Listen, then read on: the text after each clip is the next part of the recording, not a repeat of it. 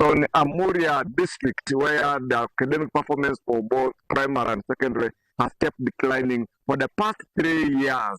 And there is a blame game, teachers blaming parents, parents blaming teachers, others blaming government, and all stakeholders. So in the previous week, the RDC of Amuria, in his attempt to have all the learners get back to class, decided to carry out operations to arrest parents and pupils who stayed at home when the schools have opened. And this morning I'm joined by the RDC of Amuria, Mr.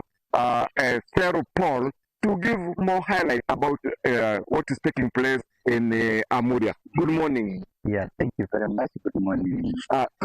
Why did you decide to arrest the innocent pupils and their parents when the schools open? Yeah, thank you so much, my brother. Once again, Paul is my name, the RDC of Amuria.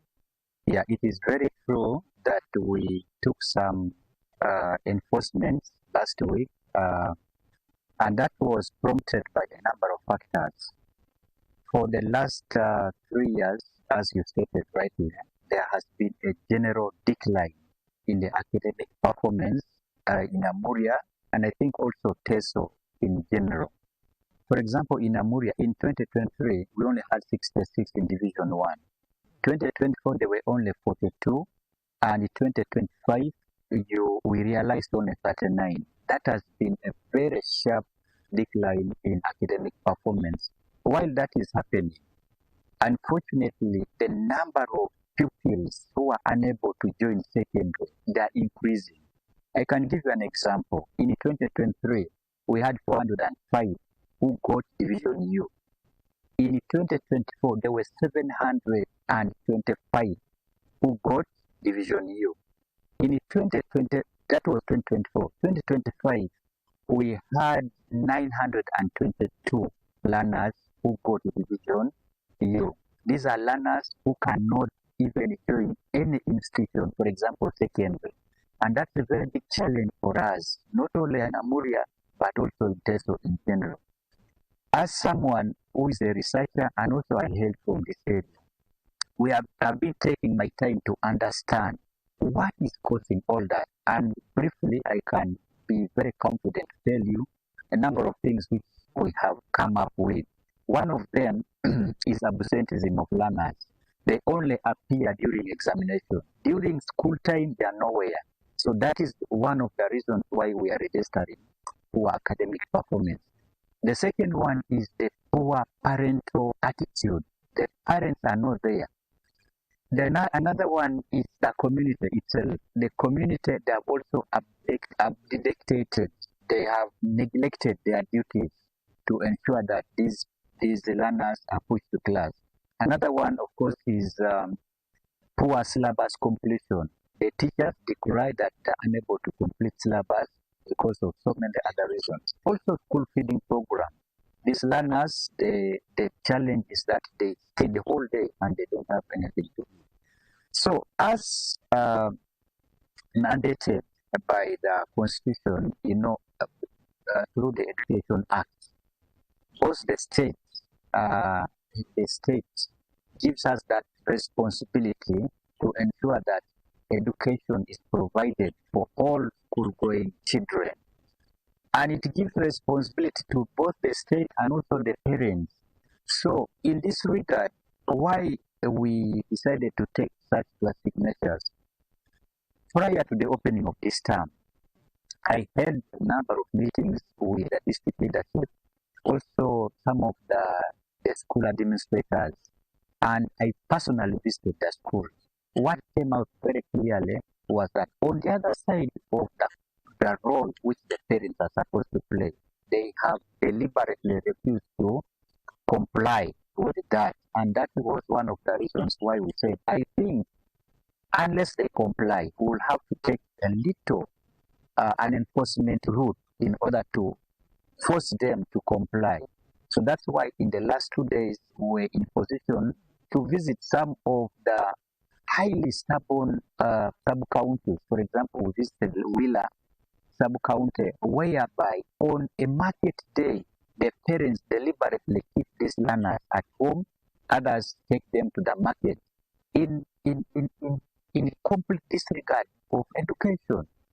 And also in a place called Ogola, specifically in Urumo County, there is a very famous market there called Onyamuguro. Every Fridays it happened. So we also visited there, and indeed we confirmed all the information we found that on market days, these parents tend to keep these learners away from school, and that affects the beginning of teaching in general.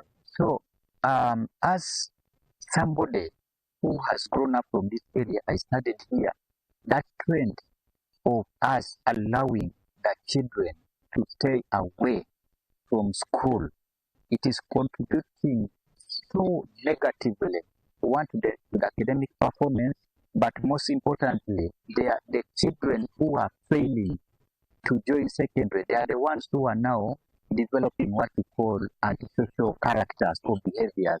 That's why we see there is a very sharp increase in these young pupils, the young teens calling themselves a walk, the ones who disturb people in trading centers, the ones who crash into people's functions in the night.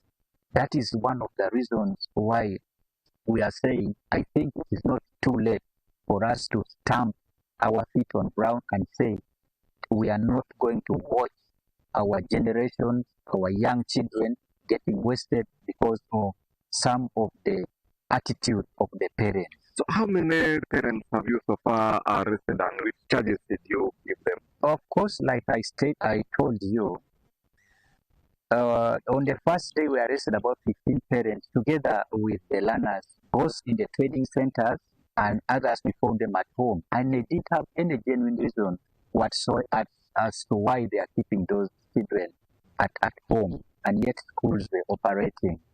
On the second day, we also arrested about 25 of them in the trading centers in the marketplace, that famous market called Onyamuguro. They were also there, and they didn't have any genuine reasons to keep the children out of school. Now, like I told you, the responsibility is both the state and also the parents. Now, there is child negligence, or what we normally call child neglect. That is an offense in law. These children have their rights to education, and it is being guaranteed by both the state and also the parents. So when you fail to provide the right to education, especially for the children, you're committing an offense. So, but in this arrest, we're able, these parents, they asked for pardon, and we pardoned them. But now going forward, the ones whom will get now, for example, in this week where we're going to intensify on our operations, those ones who are going to charge them. So that is the side of the parents and the people, but the role of the government and some schools told have not yet received the UPE funds, and they are unable to purchase the necessary requirements, chalk, dashboards, what for normal operation of the school. Government has not yet sent the money. So how do you expect the teacher to go on with the lessons without what is necessary to be used in classes? I have visited a number of schools, and unfortunately, that has not been a very serious silent issue. Teaching has been ongoing. What has been the missing link is the absence of the learners in the classes. But that said, government is very much committed, as you are very much aware. There are always releases the quarter. The beginning of every quarter, those releases come. And they will find this learning in progress or in the process. So that is not a very serious issue for now. Okay, thank you very much, Paul Esero, the RDC of Amuria district, who has been giving us highlights about the performance of academics in general in